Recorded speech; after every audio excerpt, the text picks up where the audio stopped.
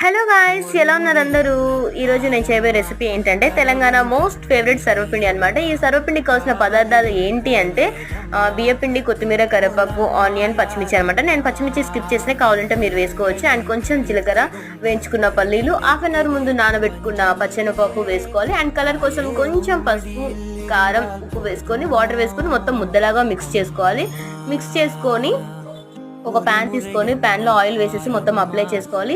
ఆ తర్వాత ఒక ఉండ తీసుకొని వీడియోలో చూపిస్తున్న విధంగా మొత్తం సైడ్లలో స్ప్రెడ్ చేసుకోవాలన్నమాట. ఫస్ట్ మినీది చిన్న చేసిన, నెక్స్ట్ పెద్ద పెద్దగా చేసిన అనమాట. అండ్ అలాగే ఆయిల్ వేసేసుకొని చుట్టూ కాల్చుకొని తీసుకొని తినడమే. ఒకసారి నేను చేస్తున్నా, ఇంకోసారి కథం పట్టించేస్తున్నారు ఇక్కడ అయితే. అండ్ నెక్స్ట్ వచ్చేసి ఈ సర్వపిండి వేడివేడి చాయ్ తాగుతూ దీన్ని నంచుకొని తింటుంటే అసలు సూపర్ అంటే సూపర్గా ఉంటుంది. ఎంతమంది ఇలా ట్రై చేస్తున్నారు కామెంట్ చేయండి. అలాగే నచ్చినట్లయితే లైక్ చేయండి, షేర్ చేయండి, ఛానల్ని సబ్స్క్రైబ్ చేసుకోండి.